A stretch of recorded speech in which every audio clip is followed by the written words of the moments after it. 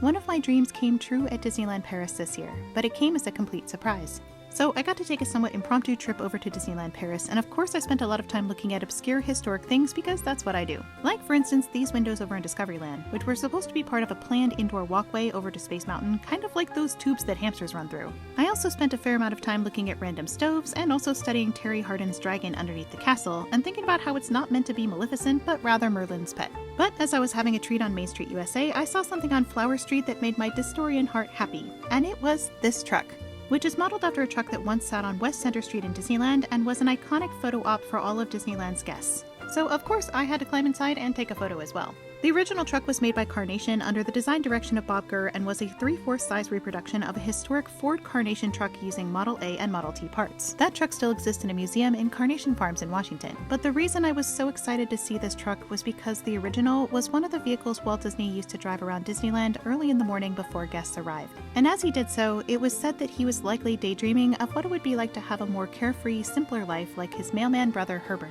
Which just goes to show anyone can be envious of anyone else's life. But just because one path is easier doesn't mean it's the one you're meant to take. Because if Walt Disney had decided to become an ice cream delivery driver, the world would have been a very different place indeed.